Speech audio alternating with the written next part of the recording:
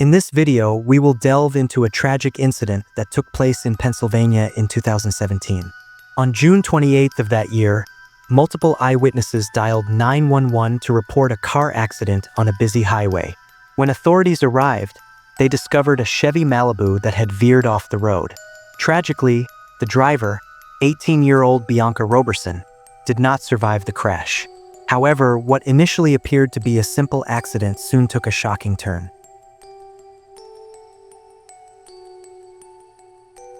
Bianca Nicole Roberson was born on October 17, 1998, in Pennsylvania.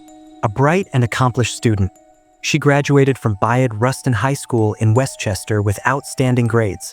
Throughout her time at Rustin, she was an active member of the Black Student Union, consistently made the honor roll, and earned multiple academic awards.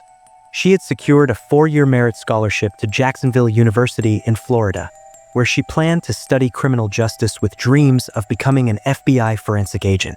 Beyond academics, Bianca had a passion for extracurricular activities. She had been a Girl Scout, a cheerleader, and a basketball player. Her artistic side shone through in her ability to play multiple musical instruments, including the flute, violin, clarinet, and guitar. Bianca lived with her mother and her maternal grandmother, Josephine Perry. She was excited about the independence and new experiences that dorm life would bring, her mother recalled. However, all of Bianca's dreams came to a tragic halt on June 28, 2017. That day, Bianca, her mother, and her grandmother were shopping at Walmart, gathering essentials for her upcoming move to Florida. With their shopping complete, they headed to the parking lot, where each of them got into their respective cars. They planned to reunite at home later. Bianca was heading straight there, while her mother and grandmother had other errands to run. The drive home was familiar to Bianca, spanning just about 10 miles. Yet, this routine journey would be her last. Approximately 10 minutes after leaving Walmart, 911 operators began receiving multiple calls about a crash on the highway. Emergency responders rushed to the scene, where they discovered Bianca's Chevy Malibu. Despite their efforts, Bianca was pronounced dead on sight. At first glance, the severe injuries on her head suggested she had sustained a fatal impact when her vehicle veered off the road. Several drivers who had been traveling along the highway at the time had stopped even before police and paramedics arrived.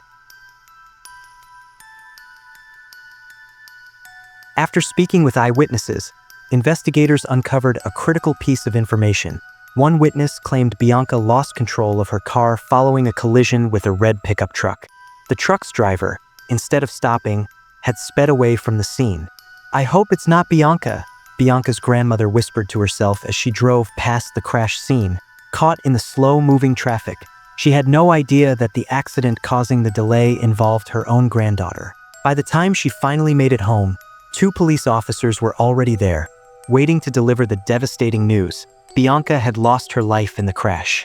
For Bianca's mother, Michelle, the reality was unbearable. The loss of a child is every parent's worst nightmare, and for her, it was happening all over again. "Never in my wildest dreams did I imagine something like this," said Michelle, a nurse in Delaware County.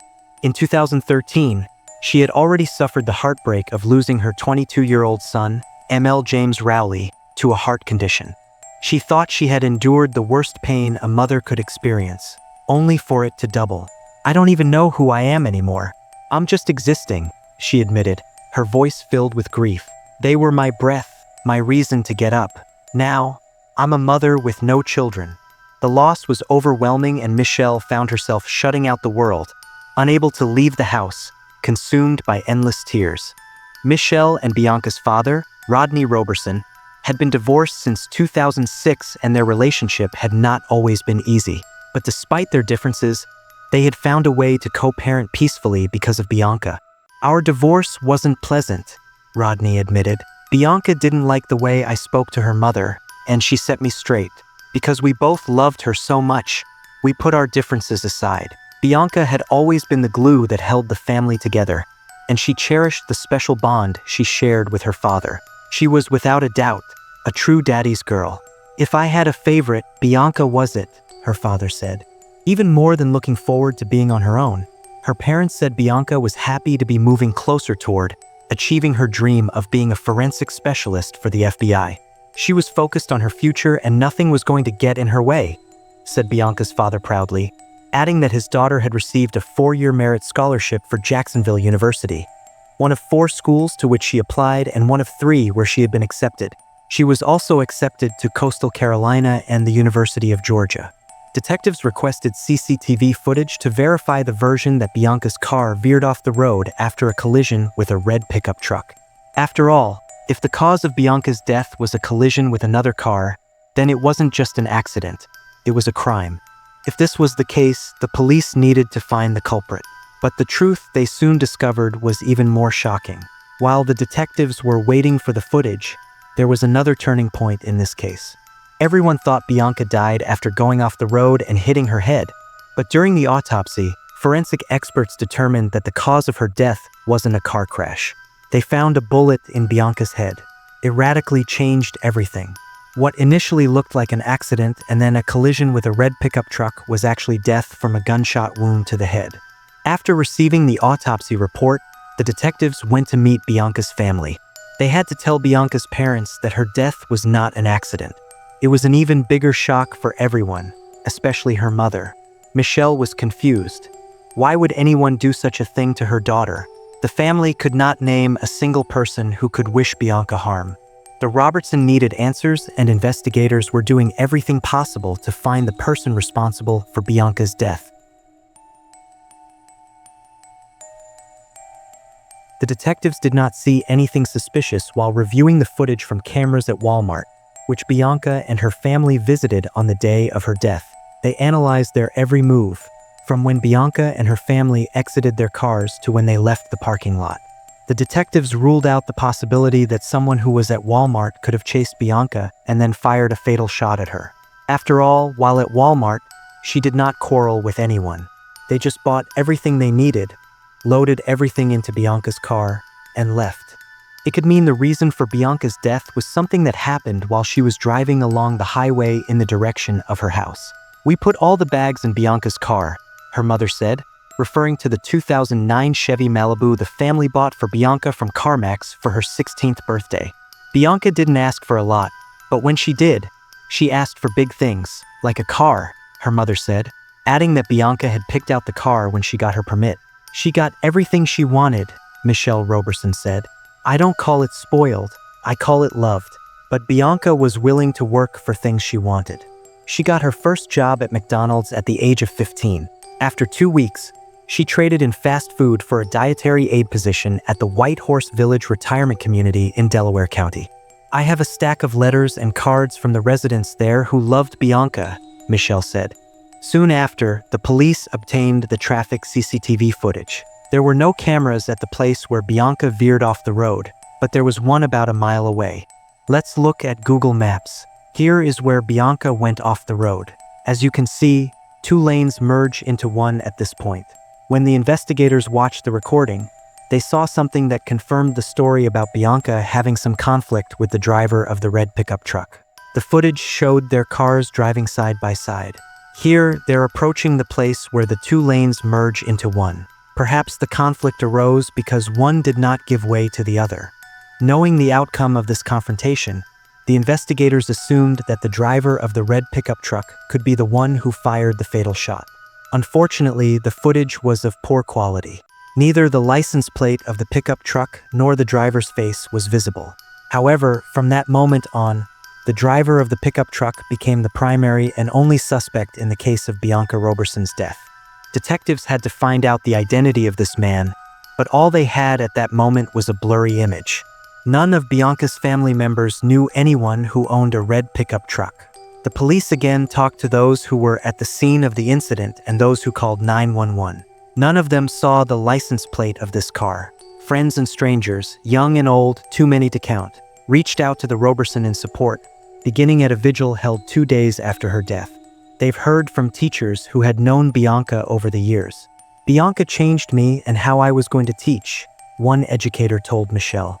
"Bianca was our save the world child. If a parent put a child out, Bianca would sneak them into our house," Michelle said. When she confronted her, Bianca would say something like, "Mom, wouldn't you want someone to do the same for me?" Bianca once saw a car accident and asked her mother if they could stop to help. If she saw anyone dining alone, her first instinct was to invite them to the family table. While watching the recordings from cameras located further from where Bianca's car crashed, the investigators established in which direction the pickup truck was moving after the incident. They needed a higher quality recording to know the car's brand, model, and license plate.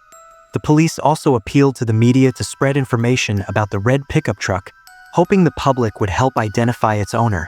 Detectives established that after the incident, the driver of the red pickup truck turned towards Poi Pike. They started going around houses and various shopping facilities in the area, searching for cameras that could have captured the pickup truck. They managed to find one surveillance camera, and the footage was of good quality this time. While analyzing the recording, detectives saw a red pickup truck driving along the road about 5 minutes after witnesses called 911 and reported an accident involving Bianca Roberson's car. Yet, it was not possible to see the license plate. Moreover, it was unclear whether it was the same car or another one that fit the description. While the investigators continued to look for other recordings and go from one door to the other, there was another breakthrough in the case. 2 days after the incident, a woman contacted the police, saying she had seen the car they were looking for. Moreover, she even saw the face of the person sitting behind the wheel. This woman said a red pickup truck overtook her, stopped at the Poi Pike intersection, and then turned left. This information was crucial to the investigation because it narrowed the search circle. Moreover, it meant that the pickup truck from this footage wasn't the car they were looking for. It was just a similar-looking truck. The woman who contacted the police helped the forensic artist create the suspect's sketch. She described him as a white male, aged 25 to 35 years, with brown hair and a stubble beard. The police hoped that someone would recognize this person and inform them about it. They showed the suspect sketch to Bianca's family. However, they didn't know anyone who looked similar to the sketch. The investigators also began to assume that Bianca's death could have been a hate crime. Knowing that the red pickup truck turned left at this intersection, the detectives went around the establishments and houses on this street, hoping to find a good quality recording that could answer some of their questions. Soon, they found what they were looking for. The owner of a house located less than half a mile from the intersection provided the police with a recording from a surveillance camera aimed at his driveway. Having determined the approximate time it would take to get there from the crime scene, the police quickly found the needed car. Although the footage had better quality than the previous one, its angle of view prevented law enforcement officers from identifying the car or the driver. The police made a lot of effort to find another recording from a camera located at a closer distance, and luck was on their side. While they couldn't see the license plate, they did discover the car's distinctive features. Namely, the car had a sticker on the right side window, a vertical dent on the passenger door, and damage to the hood. These distinctive features could greatly simplify the search for this car. The police wanted to speed up the process, so they appealed to the public for help through the mass media. They offered a $5,000 reward for information that could help find the truck or its driver. The investigators were sure that someone would definitely recognize this particular vehicle. 3 days after Bianca Roberson died, a lawyer called the police station and said he had a client who wanted to turn himself in, mentioning the latter's connection with an incident that resulted in the death of 18-year-old Bianca Roberson. This incident happened this past Wednesday at approximately 5:30 p.m. Bianca Roberson, 18 years old, had recently graduated from Westchester Ruston High School. She was on her way to Jacksonville University with her whole summer in front of her whole life in front of her, and a loving family. She was driving down Route 100. Route 100 is a 2-lane highway. The Route 100 spur, just a couple of miles from here, merges into Route 202.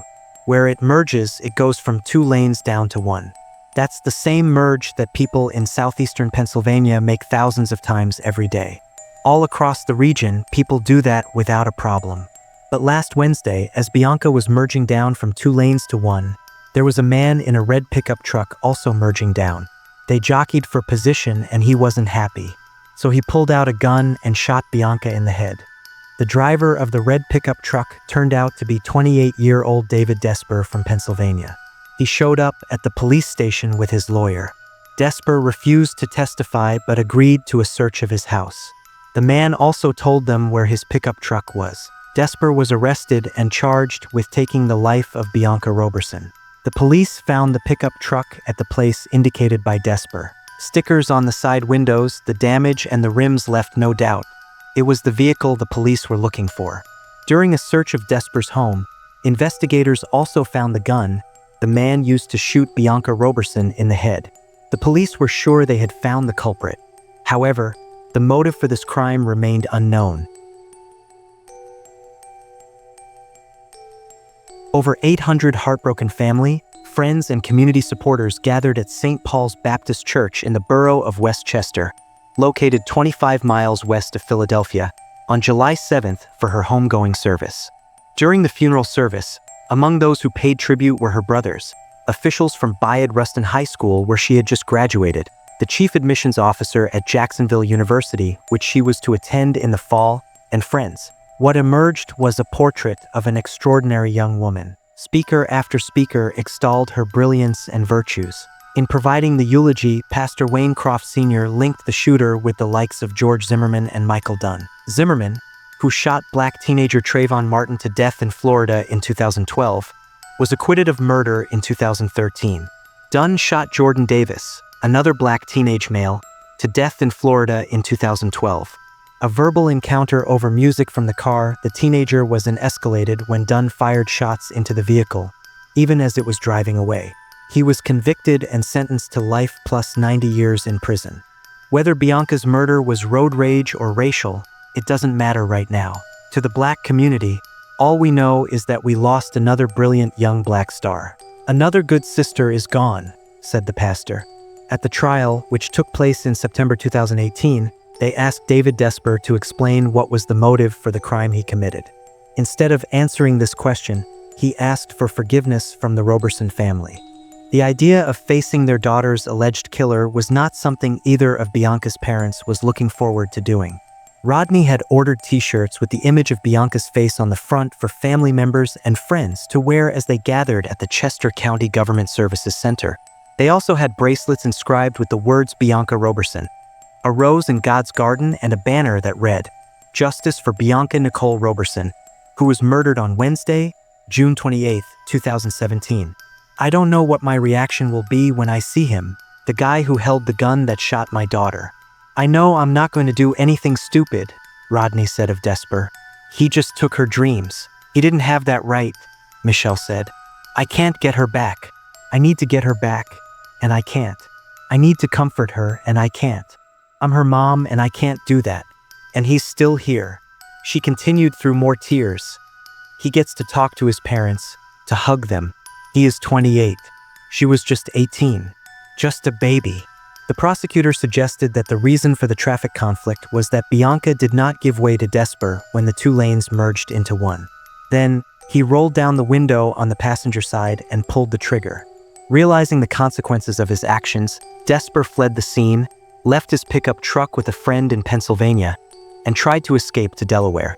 But when his sketch and the distinctive features of his pickup truck appeared in the news, he decided to hire a lawyer and turn himself in. His social media accounts were examined and his friends were interviewed, but no evidence suggested that it was a bias-motivated crime. Therefore, they didn't charge the man with a hate crime. District Attorney Hogan added, "There was no indication that we are aware that this was a race crime or a hate crime." Many begged to differ with that assertion. Before the sentencing, the defense called Desper harmless and an almost juvenile 28-year-old who, in his spare time, played with cars. They called him a big kid and argued that Desper essentially gave the government the case because he turned himself in. The defense claimed that Desper was driving home when a car came up on him and startled him. He took the gun and fired it.